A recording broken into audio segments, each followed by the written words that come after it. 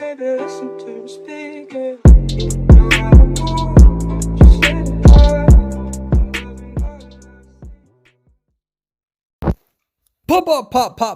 persuadable. What is going on, boo-boos? We're going to get right into this. Hope that you've all been taking good care of yourselves. So in the Southeast Asia online qualifiers, this was, or in the regional tournaments, this is the quarterfinals, IVs versus Vx. And it was a situation where a survivor lagged, and it really altered the entire game in the first 60 seconds. And it caused a shitstorm, rightfully so, in my opinion. And we're going to talk all about this, and we'll go into the nitty-gritty of the rules and how this has actually messed with teams in the past as well. But so this is really not the best of a position for the Seer, and the Seer's doing a good job at managing. And so what's going to happen is that the Seer's going to use their owl and absorb a hit. Now, normally, this player would be able to keep running towards that window with broken windows, because Blink's not up for another 10 seconds anyway, so he can't get Terror Shocked and will continue to kite. So we're going to watch this one more time real quick. All right, so the Seer's doing a relatively decent job trying to manage. And here we go. And what I want you to notice is that right when the survivor pauses the match, the Dream Witch starts to swing. So that means when he unpauses, he's fucked. Watch this. Watch the follower. Just watch. Here we go. You're going to see the attack animation start.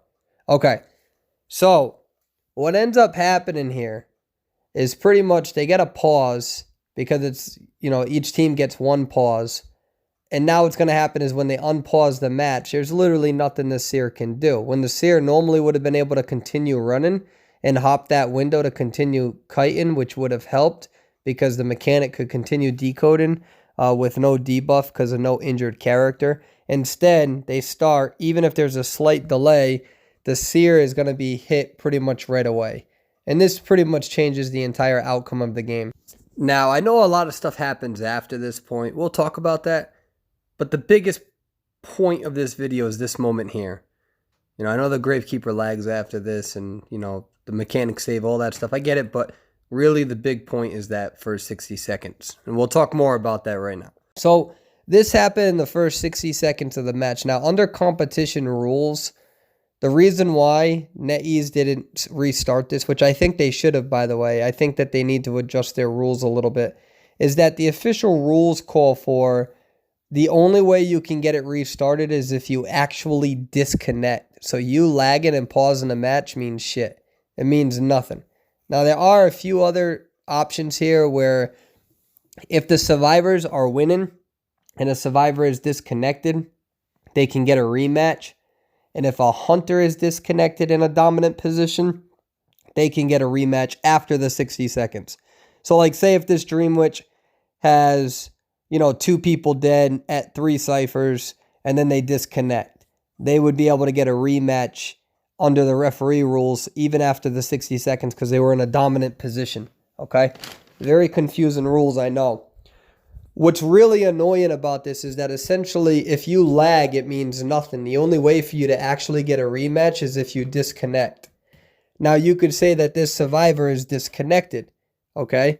The problem is that the survivors are no longer in a dominant position. Therefore, because it's after 60 seconds, if the survivors are not in a dominant position, even if they disconnect, they have no right to get the match restarted. So one of the issues that's written with the rules is that pretty much it's implied that unless you're lagging right away, on that first engagement, let's say between 30 and 60 seconds, that's like the big danger zone, where if you lag, guess what? Good luck. And then if you lag against these top hunters, you're not gonna be able to kite long. And then if somebody else disconnects, you only got one time out, and then on top of that, there's no way of recovering because you're no longer in a dominant position. So when people disconnect, it's GG. And there's an issue with that. I understand protecting manipulation, but there's an issue with that. The other thing that I think is unfortunate is that right now a lot of people are taking their anger out on GodJ, saying, oh, well, he hit the Gravekeeper twice and then paused. And there's a few issues with that statement. One, he has no reason to pause. He actually doesn't need to pause. He's not liable for it. He doesn't have to. The other thing, too, is that, think about how we have these things in game that we know exist and we still take a long time to master it, like calling for an owl or hitting the perfume button. How many of y'all think that you hit the perfume button, the fucking thing didn't go off, right? Now, I know that the pause feature has been in game for like custom mode and things, but really in rank mode and even most custom matches, as well as quick matches and duos and tarot mode, and you don't have that feature.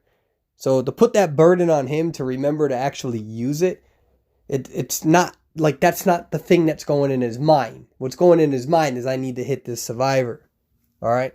So I don't really think it was any negativity from God J. I don't think he deserves the negativity, because really there's this concept called horizontal hostility, where instead of holding certain people accountable for the reality of the situation, it's easier to take it out on people that we feel are within reach, right? Think about politics. Instead of arguing with a politician because you don't know how to contact them, it's easier to go on Facebook and yell at your family, right? Because they're within reach. And so I don't think it's right for us to be taking it out on the players now, or each other, because it's an unfortunate situation.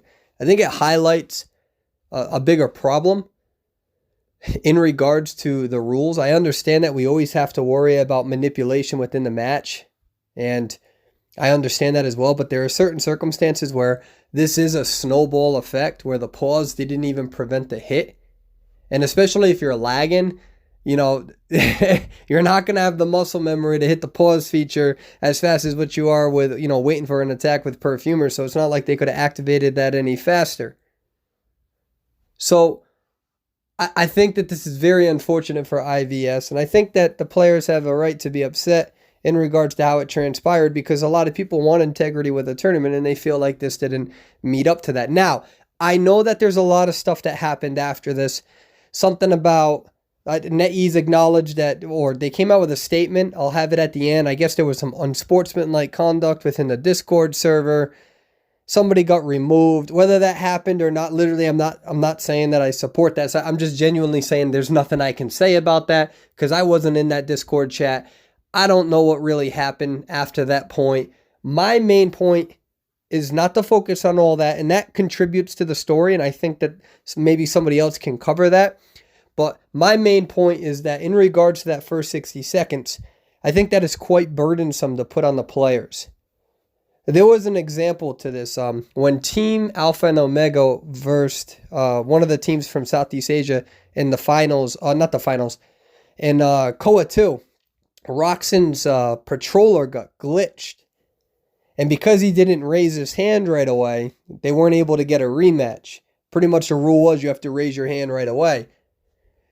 So the other controversy now is whether the teams were actually offered the option of rematch. One of the teams says they weren't. Then the, NetEase officials, I guess, are apparently saying that they both resumed playing. So it seems, I'm not sure if this was brought up from the players. I don't know if NetEase brought it up. It seems like there was a big miscommunication about it. Then there's stories about how they didn't want a rematch. I don't know what to believe. I really don't. And that's what makes this situation hard to judge, because there's a whole bunch of different stories that are circulating. One from the IVS players, one from, NetEase. And I'd like to put NetEase message up right now. And I think they did an okay job, but not really.